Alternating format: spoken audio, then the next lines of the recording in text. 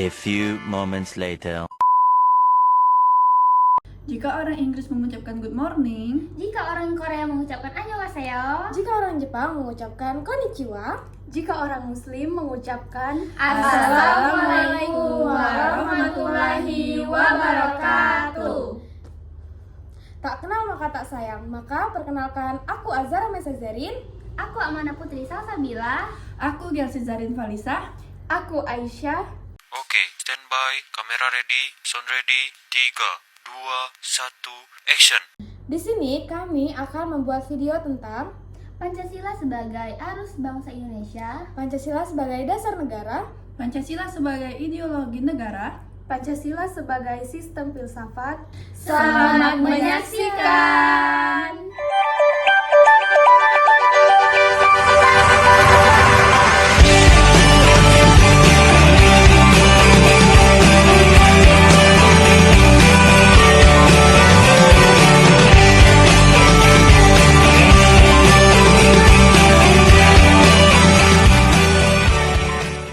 Tanah air, ku tidak kulupakan, kan terkenang selama hidupku. Biarpun saya pergi jauh, tidak akan hilang dari kalbu. Tanahku yang ku cintai, engkau ku hargai. Baiklah, saya di sini akan menjelaskan poin yang pertama, yaitu Pancasila dalam arus sejarah bangsa Indonesia. Pancasila adalah dasar negara dan ideologi bangsa Indonesia yang keberadaannya tidak terpisahkan dari perjalanan sejarah bangsa. Mulai dari pra-kemerdekaan, perumusan, pengesahan, hingga dinamika pelaksanaannya dari masa ke masa. Pancasila dalam arus sejarah bangsa Indonesia. Pancasila telah melalui beberapa periode sejarah utama yang membentuk kedudukannya saat ini. 1. Periode pra-kemerdekaan cikal bakal nilai. Nilai-nilai yang terkandung dalam Pancasila sudah hidup dalam masyarakat Indonesia jauh sebelum dirumuskan secara resmi. Nilai-nilai seperti gotong royong, musyawarah, toleransi beragama, dan persatuan telah menjadi kearifan lokal dan budaya bangsa Indonesia. Pada poin yang kedua, terdapat perumusan dan pengesahan 1945 pengusulan Pancasila dalam sidang Badan Penyelidik Usaha-Usaha Persiapan Kemerdekaan Indonesia BPUPKI pada 29 Mei sampai 1 Juni 1945. Para tokoh pendiri seperti bangsa seperti Muhammad Yamin, Supomo, dan Soekarno mengajukan usulan dasar negara.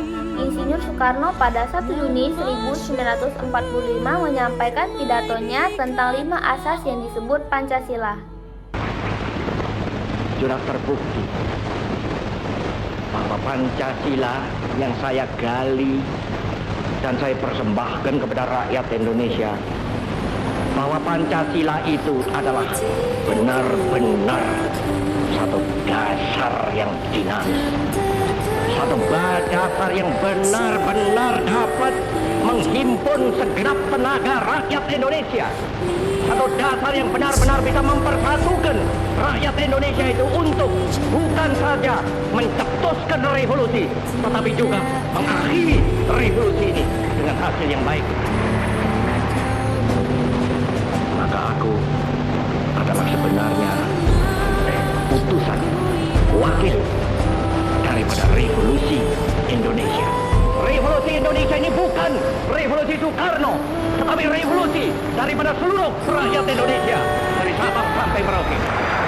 Baik, di sini saya akan menjelaskan tentang Pancasila sebagai dasar negara. Pancasila sebagai dasar negara adalah fondasi filosofis dan yuridis yang menjadi sumber dari segala sumber hukum dan pedoman dalam penyelenggaraan pemerintahan negara Republik Indonesia. Pancasila memiliki kedudukan tertinggi dalam tata hukum Indonesia, di mana semua peraturan perundang-undangan harus bersumber dan tidak boleh bertentangan dengan nilai-nilai yang terkandung di dalamnya. Kedudukan dan fungsi Pancasila sebagai dasar negara. Yang pertama, dasar filosofis dan yuridis. Pancasila memberikan landasan filosofis bagi berdirinya negara dan menjadi norma dasar, kaidah fundamental negara yang mengatur pembentukan konstitusi Undang-Undang Dasar 1945. Yang kedua, ada sumber segala sumber hukum. Segala peraturan perundang-undangan yang berlaku di Indonesia seperti undang-undang, peraturan pemerintah, dan perda tidak boleh bertentangan dengan Pancasila. Yang ketiga, cita-cita hukum. Pancasila mengandung cita-cita moral luhur yang menjadi acuan dalam membangun sistem hukum nasional. Baik, selanjutnya saya akan menjelaskan materi tentang Pancasila sebagai ideologi negara. Pancasila sebagai ideologi negara adalah keseluruhan pandangan, cita-cita, nilai-nilai, dan keyakinan dasar yang dipedomani oleh bangsa Indonesia untuk mencapai tujuan nasional dan mewujudkan masyarakat yang dicita-citakan.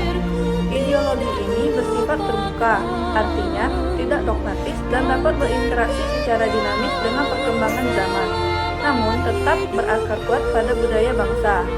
Kedudukan dan fungsi Pancasila sebagai ideologi negara. Sebagai ideologi negara, Pancasila berfungsi sebagai yang pertama, yaitu pedoman hidup bangsa. Bermakna memberikan arah dan tujuan yang jelas, yakni mewujudkan masyarakat yang adil dan makmur berdasarkan nilai-nilai Pancasila. Terus yang kedua, pemersatu bangsa, artinya menyatukan keragaman suku, agama, ras, dan golongan di Indonesia dalam satu ikatan nasional. Terus yang ketiga, yaitu kekuatan motivasi, artinya itu memberikan semangat dan dorongan bagi rakyat untuk mencapai cita-cita nasional, misalnya pembangunan nasional. Terus yang terakhir, yaitu kontrol sosial yang berfungsi sebagai norma untuk mengatur tingkah laku masyarakat dan menjadi kriteria untuk menilai kebijakan pemerintah. Baik, di sini saya akan menjelaskan materi tentang Pancasila sebagai sistem filsafat. Pancasila sebagai sistem filsafat berarti bahwa sila-sila Pancasila merupakan satu kesatuan yang utuh, saling berhubungan, dan saling mengkualifikasi, yang melahirkan pandangan mendasar tentang hakikat manusia, alam, dan Tuhan bagi bangsa Indonesia. Ia bukan sekedar kumpulan prinsip, melainkan sebuah kosmologi atau pandangan dunia yang terstruktur. Ciri-ciri Pancasila sebagai sistem filsafat. Pancasila dianggap sebagai sistem filsafat karena memenuhi 3 ciri utama. Yang pertama, kesatuan sila-sila.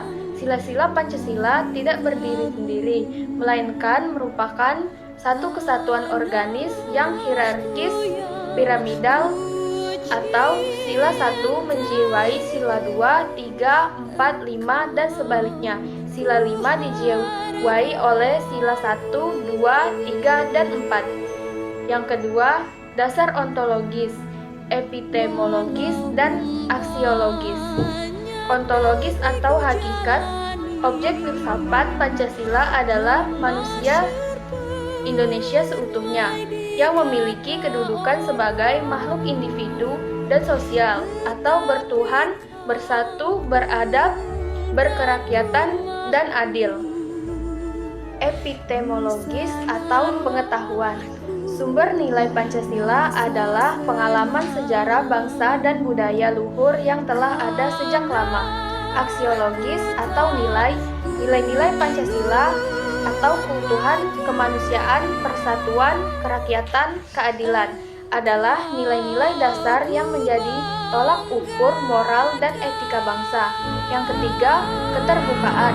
Sebagai filsafat yang berakar pada budaya bangsa, ia bersifat terbuka untuk dikembangkan sesuai dinamika zaman, namun tidak menghilangkan nilai-nilai dasarnya.